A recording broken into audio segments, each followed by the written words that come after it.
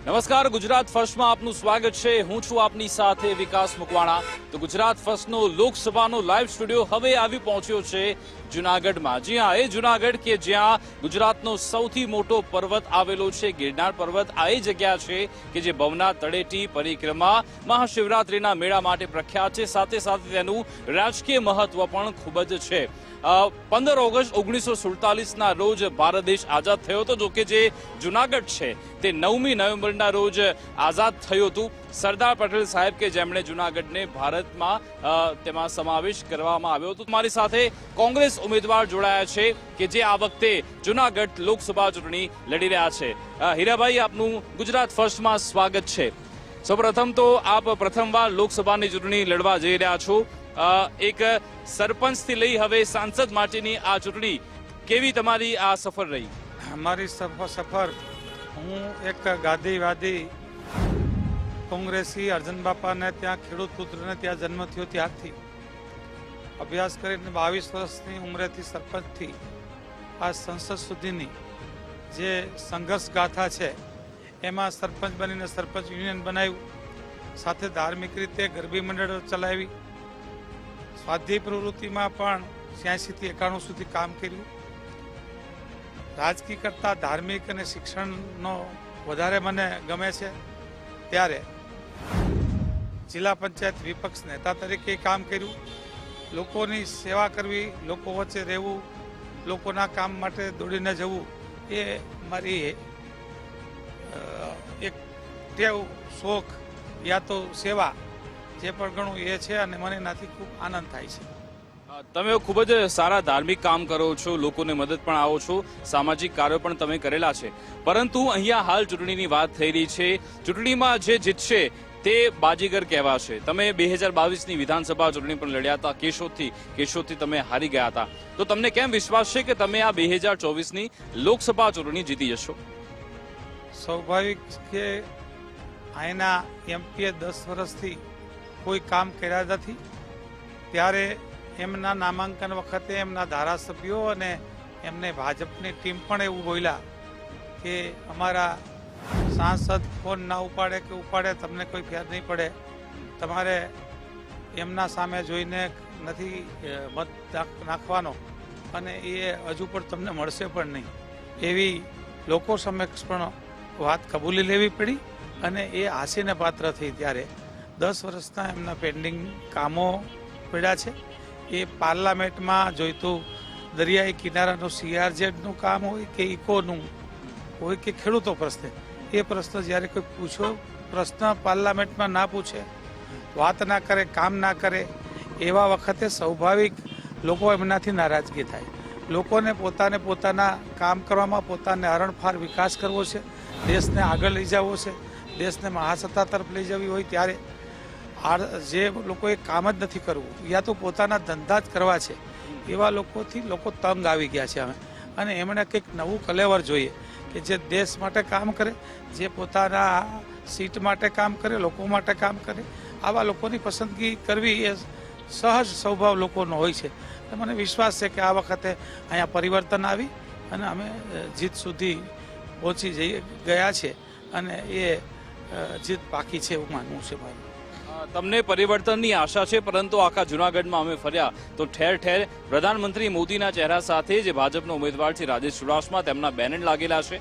તેમાં રામ મંદિર વિશે વાત કરી છે, કોવિડ વેક્સિન આપવામાં આવી તે વિશે વાત કરી છે, ઘર ઘર સુધી લોકોને જે 5 લાખના જે કાર્ડ મળે છે આયુષ્યમાન કાર્ડ, તેના બેનર લાગ્યા છે। એટલે આ બધા જે કામ કરેલા છે તે વિશે લોકો પાસેથી મત માંગવા રહ્યો છે અને સીધો જ પ્રધાનમંત્રી મોદીનો ચહેરો રાખીને મત માંગવા આવી રહ્યો છે। શું લાગી રહ્યું છે કે પ્રધાનમંત્રી મોદીનો ચહેરોથી આ કોંગ્રેસને નુકસાન થશે?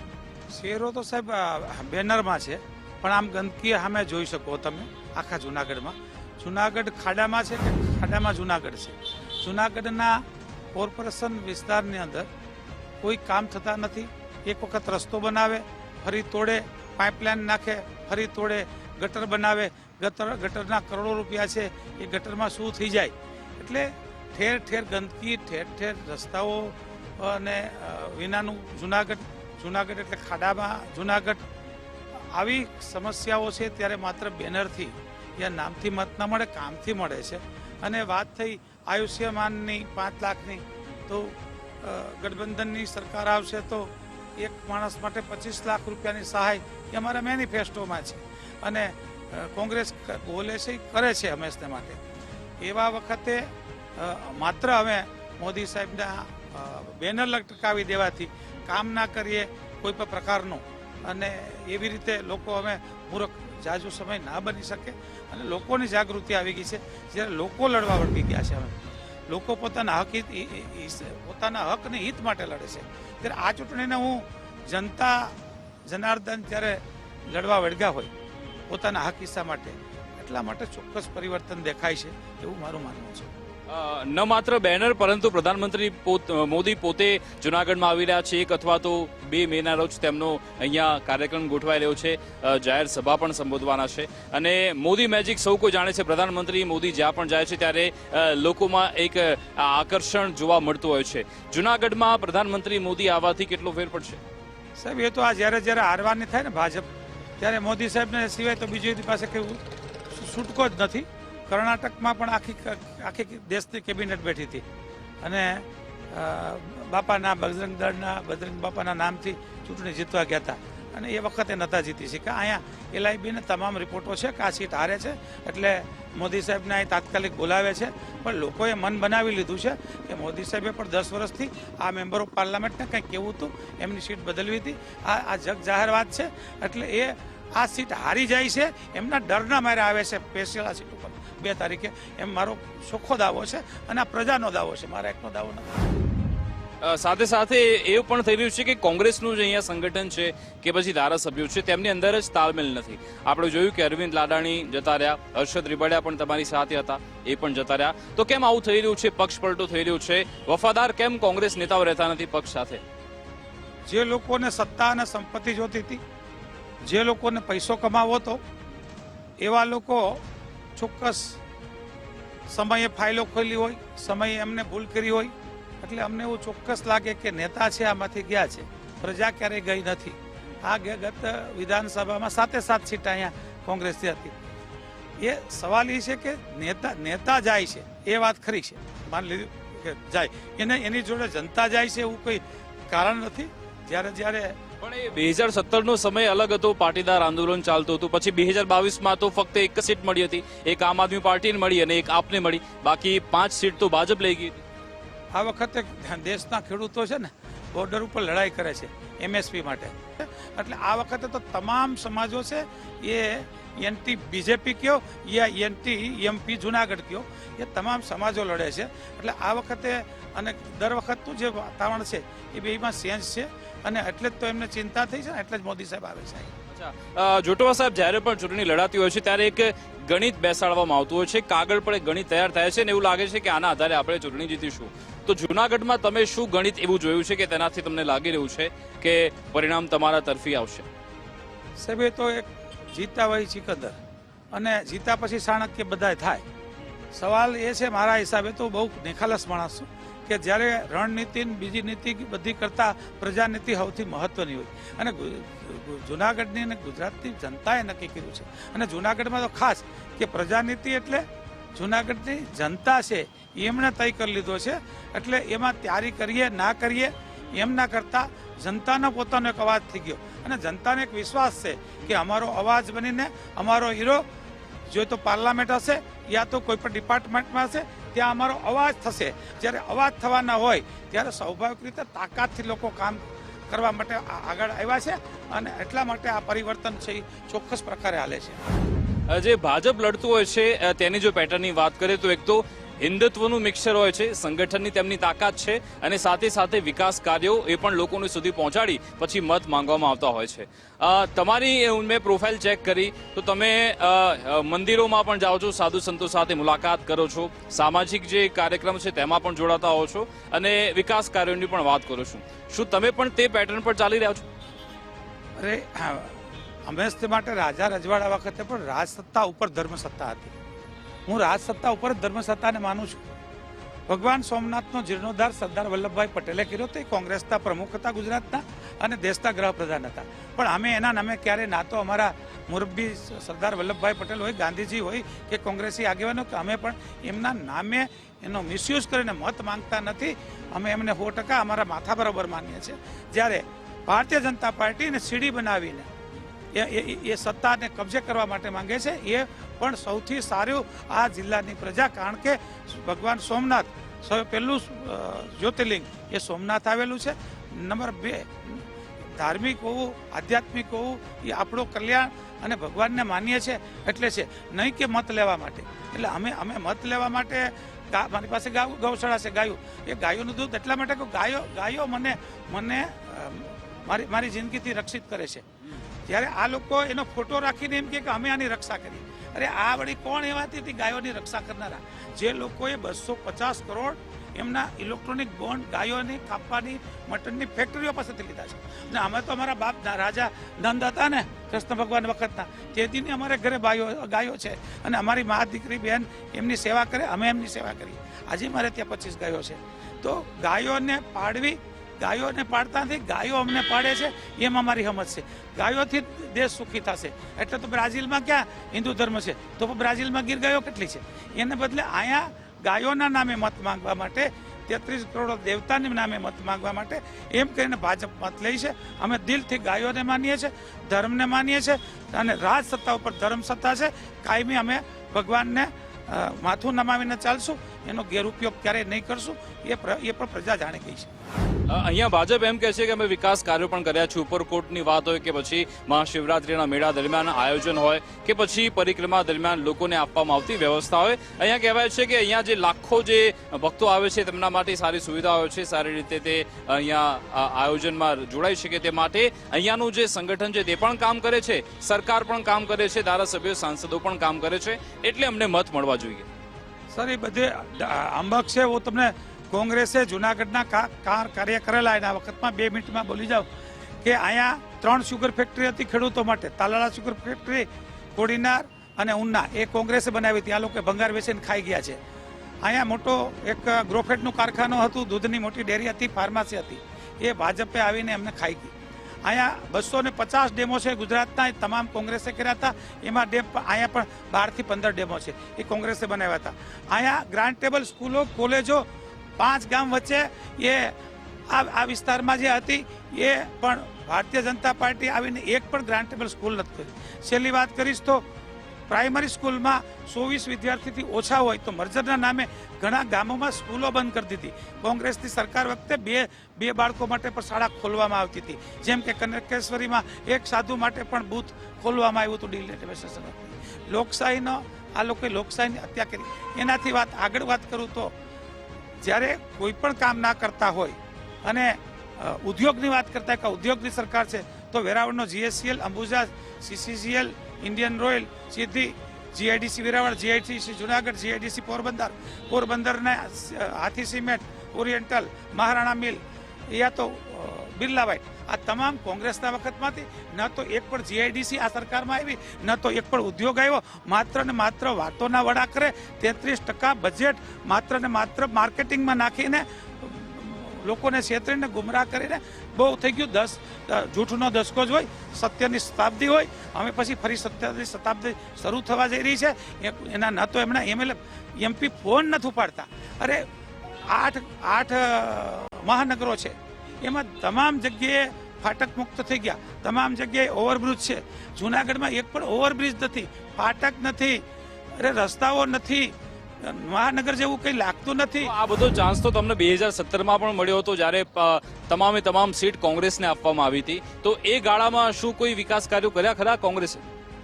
આપને ખબર છે કે જે ધારાસભ્ય છે એમનો અવાજ ઉઠાવવાનો હોય ને, અવાજ ચોક્કસ ઉઠાવતા જ હોય છે. સરકાર આવે ત્યારે સરકારની નીતિઓ નક્કી થાય. આ વખતે પણ જો અમારી સરકાર આવશે તો અમે MSP મંજૂર કરશું, ખેડૂતોનો તમામ દેવું માફ કરશું, અમે આશા વર્કર, આંગણવાડી કાર્યકર, એમના હેલ્પર અને મધ્યાહન ભોજનના પગાર ડબલ કરશું. અમે ગરીબ બહેનોને વર્ષે 1 લાખ રૂપિયા સહાય આપશું. અમે 30 લાખ કર્મચારીઓની ભરતી કરશું, પેન્શન યોજના શરૂ કરશું અને 1 લાખ રૂપિયા જેને નોકરી નહીં આપી શકશું ને જે ગ્રેજ્યુએટ હશે એમને અમે 1 લાખ રૂપિયા સ્ટાઇપન્ડ આપશું. આ અમારી નીતિ રીતિ રહી. અને ભૂતકાળમાં UPA સરકાર વખતે પણ 71,000 કરોડ રૂપિયા માફ કર્યા હતા. આ વખતે પણ અમે ખેડૂતોનું તમામ દેવું માફ કરશું. આ સરકાર 11 લાખ કરોડ રૂપિયા મિલ માલિકોના 5-15 ઉદ્યોગપતિના શરણે ધરી દઈ અને દેશની 98% પ્રજા ગરીબ બનાવી દઈ, 2% માલેતુજાર કરી દે, એ અમે જનતા જાણી ગઈ છે. જનતા કદાચ ચલો તમારી પર વિશ્વાસ કરી પણ લે, ભૂતકાળમાં કર્યો પણ છે, પણ જનતા પક્ષ પલટાથી પરેશાન છે. એકવાર તમને ચૂંટીને મોકલી દીધા, પરંતુ પછી 1-2 વર્ષ બાદ પક્ષ પલટો થઈ જાય છે અને ફરી ચૂંટણી આવે છે, તો પછી જનતા કેમ કોંગ્રેસના ઉમેદવારો પર, પક્ષ પર વિશ્વાસ કરે? હોઈ શકે દરેકનો મત જુદો જુદો હોય, કારણો જુદા જુદા હોય. મારા બાપુજી મેં કીધું ગાંધીવાદી કોંગ્રેસી હતા, 3 વર્ષ પહેલા જ એક્સપાયર્ડ થયા છે. મારા ઘણા બધા વડીલોને ખબર છે. મારા બાપુજીએ મને સલાહ એ આપી કે જ્યાં સુધી રાજકારણ થાય ત્યાં સુધી કોંગ્રેસમાં રાજકારણ નહીં કરી તે દિવસ રાજકારણ છોડી દઈશ. બીજી પાર્ટીનો ક્યારેય સવાલ નથી. હું જ્યારે પેદા થયો ત્યારે આ હાથ લઈને પેદા થયો છું અને આ હાથથી જ કોકનું કલ્યાણ કરવા માટે, આ હાથથી કોઈ માટે લેવા નહીં, આ હાથ દેવા માટે જન્મ્યો છું અને છેલ્લા અગ્નિ સંસ્કારે હાથ સાથે હશે. મારા માટે લાગુ નથી પડતું પક્ષ પલટાનો. એ આખી જુનાગઢની પ્રજા જાણે છે, સૌરાષ્ટ્રની પ્રજા જાણે છે કે હું ગાંધીવાદી કોંગ્રેસી અર્જન બાપાનો દીકરો છું અને મારો દીકરો ને લંડન ભણેલો છોકરો આજે જિલ્લા પંચાયત વિપક્ષની સેવા કરે છે અને એને લંડન સ્થાયી થવું તો થઈ શકતો હતો, પણ આ દેશની સેવા કરવી હોય તો 128 વર્ષ જુદી પાર્ટી જ્યારે સંસદ કે સરપંચ નહોતા ત્યારે પણ સેવા માટે પેદા થઈ હતી. એ અમે આ દેશની સેવા કરવા માટે, રાષ્ટ્રની સેવા કરવા માટે કોંગ્રેસમાં જ સારી સેવા થઈ શકે એમ મારી 3 પેઢી એટલે મારા બાપુજી માનતા હતા, હું દ્રઢપણે માનું છું. મારો દીકરો અભય અને એમનો કાલ ધર્મ છે, એ પણ જ્યારે રાજકારણમાં આવશે ત્યારે કોંગ્રેસમાં જ હશે. એ વિશ્વાસ લોકોને પણ છે અને આપના માધ્યમથી વિશ્વાસ પણ દેવડાવું. જ્યારે ચૂંટણી આવતી હોય છે ત્યારે ઈવીએમ પર પણ સવાલ ઉઠતા હોય છે. આજે સુપ્રીમ કોર્ટનો ચુકાદો આવ્યો કે જે વીવીપેટની ગણતરી છે તેની સાથે નહીં થાય, પરંતુ જો ઉમેદવાર છે તેને તપાસ કરાવી હોય તો પોતાના ખર્ચે તપાસ કરાવી શકશે. આ અંગે શું કહેશો આપ? વિશ્વના દેશોમાં બધે જ જ્યાં વિકસિત છે, વિકસેલા દેશો છે, ત્યાં પણ બેલેટ પેપર ઉપર થાય છે મતદાન. મારી લાગણી છે, વ્યક્તિગત વિનંતી છે કે બેલેટ ઉપર થવું જોઈએ, જેથી લોકોને શંકા ના રહે. પણ હું તો એમ જ કહીશ કે હું જિલ્લા પંચાયત લેડો તો 12 વર્ષ પહેલા, ત્યારે એક કાદલી ગામે હું ચૂંટાઈ ગયા પછી ભારતીય જનતા પાર્ટીના લોકો મારા સામે મેં ઈવીએમ ને બદલી નાખ્યું હતું, એટલા માટે હાઈકોર્ટમાં ગયા ને એ એવિડન્સ છે. એટલે મને ઈવીએમ ઉપર નહીં જરાય ડાઉટ નહીં કરું. ડાઉટ કરશે ને હું જીતી તો ભાજપ કરશે કે હીરાભાઈ ઈવીએમ બદલી નાખ્યું. ઈવીએમ બદલવાની જરૂર છે. બેલેટ પેપર હોય તો નિશબ્દ, કોઈ ડાઉટ ન રહેવો જોઈએ. પણ ઈવીએમથી હારજીત થાય એ તો ભાજપનો જ પ્રચાર મોટા ભાગે રહે છે, જેના લીધે 2% લોકો મતદારો આવતા નથી મતદાન કરવા. મારી તો વિનંતી છે લોકોને કાયમી કે એના સામે 2% તમને ફેર લાગતો હોય તો મતદાન તોતિંગ કરો, 4% ફેરવી નાખો. એમના 2% કંઈ દેખાશે પણ નહીં, કે બહુ કંઈ જાજો ફરક ના કરી શકાય, કારણ કે આખર ફરી તો શકે. એ વાત સ્વીકારીએ, તમે પણ સ્વીકારો. હું કોમ્પ્યુટર માણસે બનાવ્યું બદલી શકે, પણ એટલે માત્રામાં બદલતા હોય એવું હું માનતો નથી. પણ ભાજપ માને છે. એ મારા કેસમાં જ હાઈકોર્ટમાં ગયું હતું.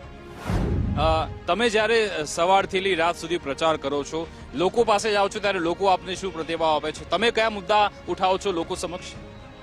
આ વખતે હું નિખાલસપણે કહું કે અમે મુદ્દા ઉઠાવીએ એ પહેલા અમને બધા જ મુદ્દા આવે છે દર વખતે. અને આ પહેલી વખત મીડિયાનો પણ હું ખૂબ ખૂબ આભાર માનું છું. 10 વર્ષમાં હું જો બોલવે બહુ નિખાલસ હતો. 10 વર્ષથી એમ થતું હતું કે વિપક્ષ કામ નથી કરતું, મીડિયા કહેતા. અમે એમ કહેતા કે મીડિયા કામ નથી કરતું, અને ક્યાંક એમ કે જનતાને કંઈ પડી નથી. આ વખત પહેલી વખત મને એટલો કોન્ફિડન્સ છે મીડિયા ઉપર પણ કે ખૂબ ખૂબ આભાર, ધન્યવાદ કે પાટીલ સાહેબની ખુરશી તૂટતી હોય દ્વારકા, લાઈવ ઘણા મીડિયાવાળાએ બતાવ્યું છે. દરેક વખતે તટસ્થતાથી, કોઈ પક્ષાપક્ષીની વાત નથી કરતો. મીડિયાએ હંમેશા માટે તટસ્થ રહેવું જોઈએ. વિપક્ષે લોકોની સેવા કરવી જોઈએ અને જનતા જનાર્દને સાચીને સત્ય વાતમાં ટેકો કરવો જોઈએ. આ ત્રિવેણી સંગમ આ વખતે બરાબર ચાલે છે ગુજરાતમાં અને ખાસ કરીને જુનાગઢમાં. એટલે હું પહેલા ધન્યવાદ પાઠવું છું મીડિયાના મિત્રોને, બીજા જનતાને, અને ત્રીજી મારી પાર્ટીને અને ગઠબંધનના તમામ વિપક્ષો સાથે રહીને જ્યારે પ્રજા પીડિત છે એમને બહાર કાઢવાનો જ્યારે પ્રયાસ કરે છે. અંતિમ સવાલ, જો તમને જનતા, જુનાગઢની જનતા તમને તક આપે દિલ્હી જવાની, તો તમે કયા એવા કામ જુનાગઢની જનતા માટે મુખ્ય રીતે કરવા માંગો? સરકાર આવશે એવી અમને વિશ્વાસ છે. તો આ તમામ સમસ્યાઓનું સાથે બેસીને સહી કરવાથી સોલ્વ કરશું અને અમને જો વિપક્ષે રાખશે તો અમે અવાજ બની લેશું જુનાગઢનો, એ જુનાગઢનો અવાજ બનાવીને જુનાગઢ પાર્લામેન્ટમાં ગાજતું હશે એ આપના માધ્યમથી ખાતરી આપું છું. બિલકુલ આભાર અમારી સાથે જોડાવા બદલ. તો આ હતા હીરાભાઈ જુટવા કે તેમણે સરપંચથી પોતાના જાહેર જીવનની શરૂઆત કરી હતી. હાલ સાંસદની ચૂંટણી લડી રહ્યા છે. જોવાનું રહેશે કે તે જે મુદ્દા ઉઠાવી રહ્યા છે શું જનતા તેના પર વિશ્વાસ કરશે ખરા, શું જનતા તેમને દિલ્હી મોકલશે ખરા, તે અંગેના જે પરિણામ છે તે આપણને 4 જૂનના રોજ ગુજરાત ફર્સ્ટ પર જોવા મળશે. તો અમારી આ વિશેષ રજૂઆતમાં બસ હાલ આટલું જ. આપ જોતા રહો ગુજરાત ફર્સ્ટ ન્યૂઝ.